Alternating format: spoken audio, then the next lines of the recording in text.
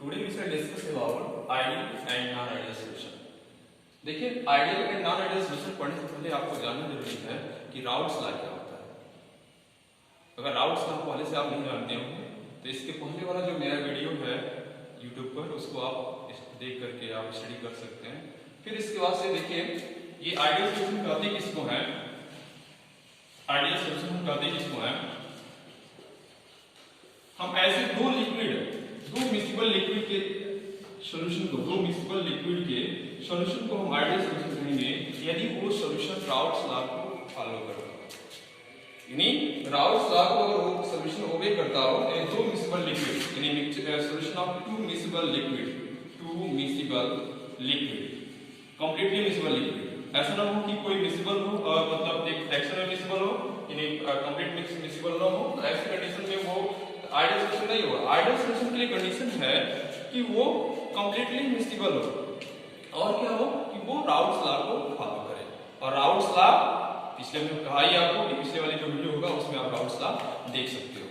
ठीक है, तो आप देखो टू मिक्सिबल लिक्विड कहता है ये आइडियल सॉल्यूशन उस सॉल्यूशन को बोलेंगे जो दो मिक्सिबल लिक्विड का सॉल्यूशन होगा और जो किसको फॉलो करता होगा, जो राउट्स लॉ को फॉलो करता होगा,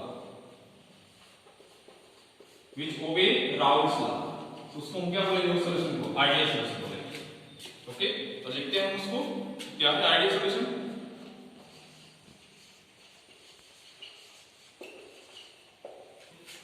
लिखते हैं अभी, हाँ देखिए आइडियल सॉल्यूशन कहेंगे किसको, हम ऐसे सॉल्यूशन को आइडियल सॉल्यूशन कहेंगे जो दो मिक्सिबल लिक्विड का सॉल्यूशन हो और जो हर समय यानी every time, every concentration and every temperature पर, every concentration and every temperature पर राउट्स लॉ को ओबे करे, उसको हम बोलेंगे आइडियल सॉल्यूशन। जैसे लिखा है a solutions of two completely miscible liquids, a solution of two completely miscible liquids is termed as ideal solution when it obeys Raoult's law at all concentration and temperature। यानी ये चीज important है यहाँ पर कि सभी कंसंट्रेशन और सभी टेंपरेचर पर वो सॉल्यूशन क्या करे, किसको ओबे करे, राउल्ट्स लॉ को ओबे करे। तो सॉल्यूशन के लिए कंडीशन क्या है, सॉल्यूशन किस तरह का हो, सॉल्यूशन के जो कंपोनेंट हो आपस में क्या हो, मिक्सिबल हो और क्या हो सॉल्यूशन हर टेंपरेचर और कंसंट्रेशन पर किसको ओबे करे, राउल्ट्स लॉ को ओबे करे। तो उस सॉल्यूशन को हम क्या बोलेंगे, आइडियल सॉल्यूशन बोलेंगे। क्लियर? नाउ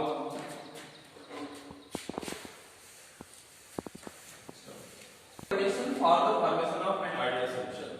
क्या कंडीशन है किसी आइडियल सॉल्यूशन के बनने का, तो हम इसको देखेंगे कि what is the condition for formation of ideal solution, कि कैसे आइडियल सॉल्यूशन बनेगा। तो जैसे मान लो कि ए और बी दो लिक्विड है जो सॉल्यूशन बना रहा है, जिसका एक मिक्सिबल सॉल्यूशन बन रहा है, ए बी टाइप का एक सॉल्यूशन बन रहा है, एक मिक्सिबल सॉल्यूशन बन रहा है। तो अब कहा ये जा रहा है कि आइडियल सॉल्यूशन बनने के लिए जरूरी ये है जितना इंटरमॉलिक्यूलर फोर्स ए और ए टाइप के मॉलिक्यूलों के बीच अगर लग रहा है उतना ही इंटरमॉलिक्यूलर फोर्स बी और बी के बीच लग रहा हो और सेम टाइप का इंटरमॉलिक्यूलर फोर्स ए और बी के बीच लगे, तो उस कंडीशंस में हम कहेंगे कि जो सॉल्यूशन बन रहा है वो आइडियल सॉल्यूशन होगा। कहने का मतलब ये है कि यह ए वाला जो सबस्टेंस है, ये वाला जो लिक्विड है और ये जो बी वाला जो लिक्विड है, ए के खुद के मॉलिक्यूलों के बीच जो इंटरमॉलिक्यूलर फोर्स ऑफ अट्रैक्शन लग रहा है वही intermolecular force of attraction B के मॉलिक्यूलों के बीच भी लग रहा है और साथ same intermolecular force of attraction A और बी के बीच भी लग रहा हो, तो उस तरह के सॉल्यूशन को यहाँ जो ए और बी के मिलने से जो सॉल्यूशन बन रहा है ये आइडियल सॉल्यूशन होने की ज्यादा प्रोबेबिलिटी रखता है। ओके, तो ये कंडीशन क्या है कि द इंटरमॉलिक्यूलर फोर्स क्या हो, इक्वल हो, यानी ए और ए के बीच, ए के मॉलिक्यूलों के बीच जो इंटरमॉलिक्यूलर फोर्स ऑफ अट्रैक्शन लग रहा है वही same intermolecular force of attraction B और बी के बीच भी लग रहा हो और सेम ए और बी के बीच हो। तो इससे ये क्या होगा, ये जो सॉल्यूशन बनेगा वो सॉल्यूशन कैसा होगा, आइडियल सॉल्यूशन होगा। ये आइडियल सॉल्यूशन की बनने की प्रोबेबिलिटी ज्यादा रहेगी, यानी उसमें ज्यादा करेक्ट आइडियल सॉल्यूशन के रहेंगे। ओके, तो क्या कंडीशन है इसको लिख देते हैं हम। Look here students, in order to formation of ideal solution, मैंने अभी आपको बताया कि component must possesses identical intermolecular forces, यानी कंपोनेंट जो ए और बी टाइप के जो इंटरमॉलिक्यूलर फोर्स लग रहा है वो क्या हो, आइडेंटिकल होगा। यानी जितना कि इंटरमॉलिक्यूलर फोर्स, जो इंटरमॉलिक्यूलर फोर्स इस ए टाइप के मॉलिक्यूलों के बीच लग रहा है वही सेम लगे बी टाइप के मॉलिक्यूलों के बीच, और वही मॉलिक्यूलर फोर्स इंटरमॉलिक्यूलर फोर्स ए और बी टाइप के बीच में, तो जो बनने वाला सॉल्यूशन होगा उसके अंदर आइडियल बिहेवियर ज्यादा होगा। क्लियर? ठीक, अब हम इसका एग्जांपल देते हैं कि किसके किसके मिलने से आइडियल सॉल्यूशन बन सकता है, ज्यादा आइडियल बिहेवियर रखने वाला सॉल्यूशन कौन कौन सा होगा। तो नाउ फ्रेंड्स देखिए, एक्चुअल में तो कोई भी सॉल्यूशन कंप्लीट 100% आइडियल नहीं होता, लेकिन आइडियल सॉल्यूशन की जो अगर स्टैंडर्डाइजेशन हम देखें तो उसके करीब के कुछ एग्जांपल्स हैं जो हम आपको इस ब्लैक बोर्ड पर दिखा रहे हैं या व्हाइट बोर्ड पर दिखा रहे हैं, सॉरी।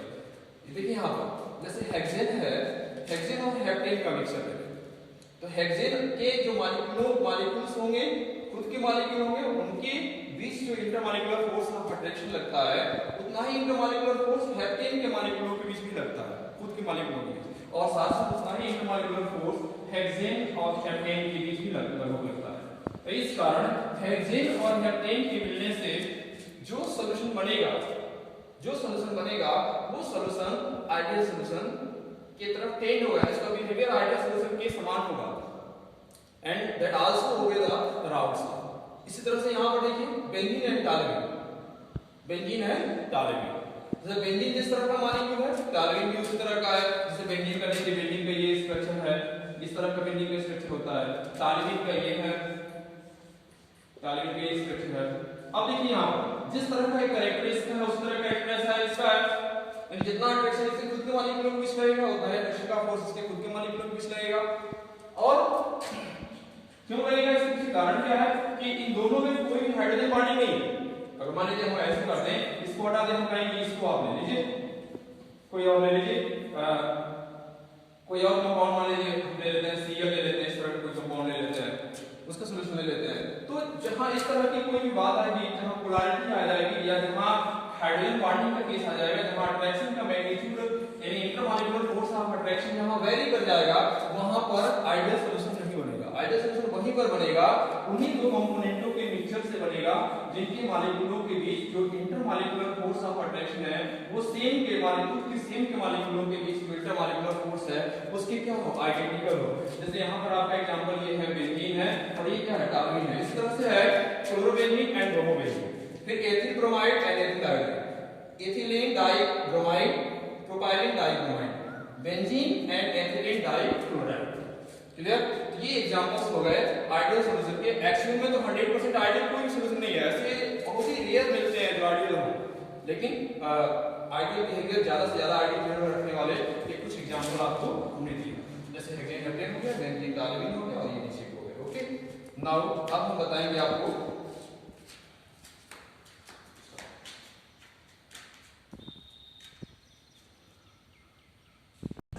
ठीक है, अब हम बता रहे हैं आपको कैरेक्टरिस्टिक्स ऑफ आइडियल सॉल्यूशन। क्या कैरेक्टरिस्टिक्स है आइडियल सॉल्यूशन का? तो देखिए पहला है कि सॉल्यूशन, पहला आपने इसके पहले बताया था कि वो सॉल्यूशन किस तरह का होगा, राउल्स लॉ को फॉलो करेगा, राउल्स लॉ को ओबे करेगा। Solution and its component obey Raoult's law. जैसे मान लीजिए हम कह रहे हैं एक ए टाइप का सॉल्यूशन है, एक बी टाइप का सॉल्यूशन है, और ये जो सॉरी ए टाइप का कंपोनेंट है और एक बी टाइप का कंपोनेंट है, और ये दोनों आपस में मिल करके एक ए बी टाइप का सॉल्यूशन बनाते हैं। यानी यहाँ अट्रैक्शन कभी तो होगा जब दोनों के बीच रहेगा तो सॉल्यूशन बनेगा। ठीक, तो अब यहाँ पर हम कहें कि ये जो सॉल्यूशन बन रहा है ये ओबे करेगा, राउल्स लॉ को ओबे करेगा। तो राउल्स लॉ के अनुसार क्या होगा, इस सॉल्यूशन में कंपोनेंट ए का जो पार्शियल प्रेशर होगा, पार्शियल वेपर प्रेशर होगा PA = P नॉट A का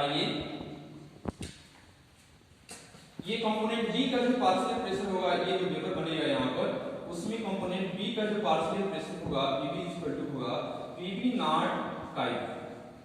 और इस सॉल्यूशन का टोटल जो वेपर प्रेशर होगा P = हो जाएगा PA plus PB, PA plus PB that is equal to हो जाएगा P not A chi A plus P not B chi B। अब देखिए यहाँ पर क्या क्या है, PA PB क्या है, PA क्या है, पार्शियल प्रेशर है। किसका पार्शियल प्रेशर है, कंपोनेंट A का partial vapour pressure of component A। Vapour pressure of component A.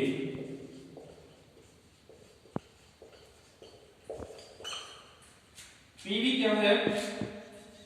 PV क्या है? Partial vapour pressure of component B is किसमें है? इन सॉल्यूशन है, solution vapour pressure of solution, in vapour pressure of solution, vapour pressure of solution, यहां पर भी in vapour pressure of solution. अब यहां से देखिए P नॉट ए क्या है? P नॉट ए क्या है? Vapour pressure of component A in pure state. P not B क्या है? Vapour pressure of component B in pure state. और P इज इक्वल टू क्या है? टोटल वेपर प्रेशर है, vapour pressure of the solution है, total vapour pressure that is equal to PA plus PB।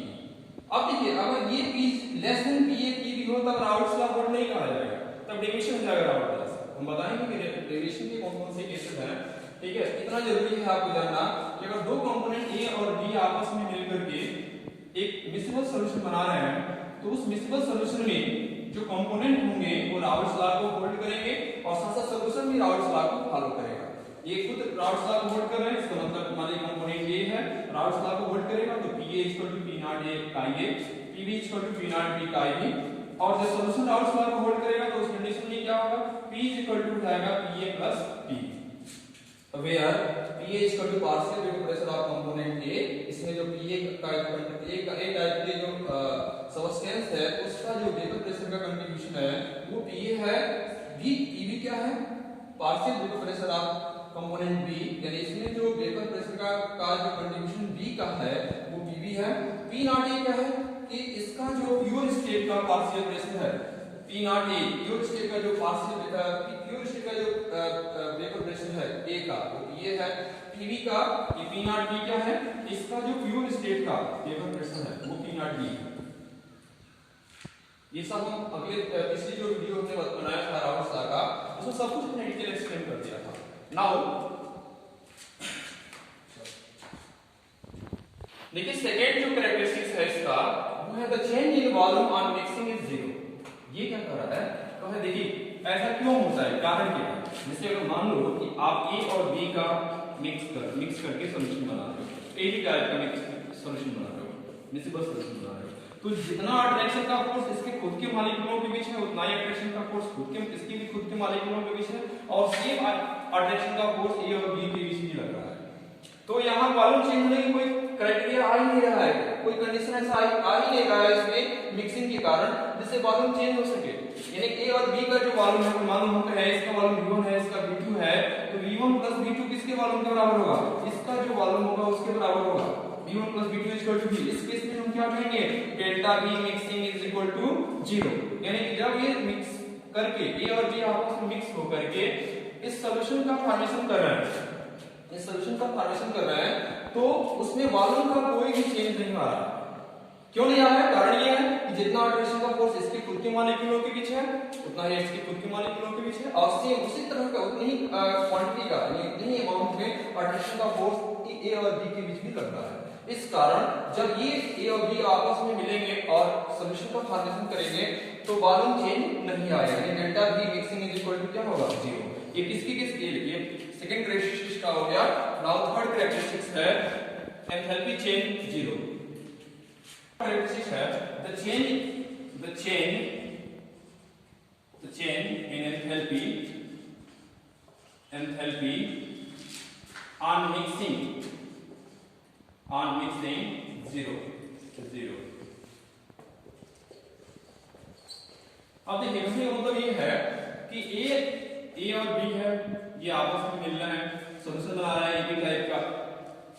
तो enthalpy change की सवाल तब आएगी जब अट्रैक्शन का मैग्नीट्यूड यहाँ अलग हो जाए, इनसे डिफर हो जाए। जब अट्रैक्शन का मैग्नीट्यूड डिफर नहीं कर रहा है इन दो टाइप के पार्टिकल के बीच, दो टाइप के मॉलिक्यूलों के बीच, तो वहां एंथैल्पी चेंज की बात ही नहीं आएगी। यानी जितना अट्रैक्शन का फोर्स यहाँ पर है उतना ही अट्रैक्शन का फोर्स यहाँ पर भी है, उतना ही अट्रैक्शन यहाँ पर दो अपोजिट पार्टिकल के बीच भी लग रहा है, यानी जो सॉल्यूशन जो बनना है उसमें। तो तो यहाँ पर इस तरह के कहीं कभी एंथैल्पी चेंज की बात नहीं आएगी। जैसे अगर देखिए यहाँ पर एंथैल्पी चेंज कब आता है, जैसे हम कहते हैं कि ए और ए के बीच मॉलिक्यूलों के बीच अट्रैक्शन का फोर्स ज्यादा लग रहा है और बी के मॉलिक्यूलों के बीच अट्रैक्शन का फोर्स कम लग रहा है और यहाँ पर कुछ डिफरेंट लग रहा है। तो यहाँ पर क्या होगा, यहाँ कुछ एनर्जी कंज्यूम करना पड़ता है इसको ए को अलग करने के लिए, लेकिन यहाँ पर तो ऐसा है नहीं, कोई एनर्जी चेंज हो नहीं रहा है, कहीं भी एनर्जी का रिक्वायरमेंट हो नहीं रहा है, या बनने पर भी कोई एनर्जी बाहर नहीं निकल रहा है। जैसे मान लीजिए हम कहें हेक्सेन और हेप्टेन, अभी जो एग्जांपल हमने लिया है हेक्सेन और हेप्टेन, इन दोनों को आपस में मिला दें तो क्या टेंपरेचर बढ़ जाएगा सॉल्यूशन का? नहीं बढ़ेगा। क्या टेंपरेचर कम हो जाएगा? नहीं कम होगा, क्योंकि यहाँ एंथैल्पी चेंज क्या होगा, एंथैल्पी चेंज क्या है, जीरो है। यहाँ पर जितना अट्रैक्शन का फोर्स इसके खुद के मॉलिक्यूलों के बीच है उतना ही इसके खुद के मॉलिक्यूलों के बीच है, और सेम टाइप का अट्रैक्शन का फोर्स ए और बी के बीच भी लग रहा है। इस कारण यहाँ पर क्या होगा, delta H mixing is equal to क्या होगा, zero. This is to be the characteristics of ideal solution. इन तीन करेक्टरिस्टिक्स आपने देख लिया। हालांकि सॉल्यूशन के कंपोनेंट और सॉल्यूशन खुद क्यों क्या करे, राउट्स लॉ को ओबे करे। सेकंड आपने देखा कि चेंज इन वॉल्यूम क्या होगा मिक्सर का, वो जीरो होगा। फिर चेंज इन थर्ड है तो change in enthalpy on mixing is zero. Okay, now next is we have to discuss about another topic.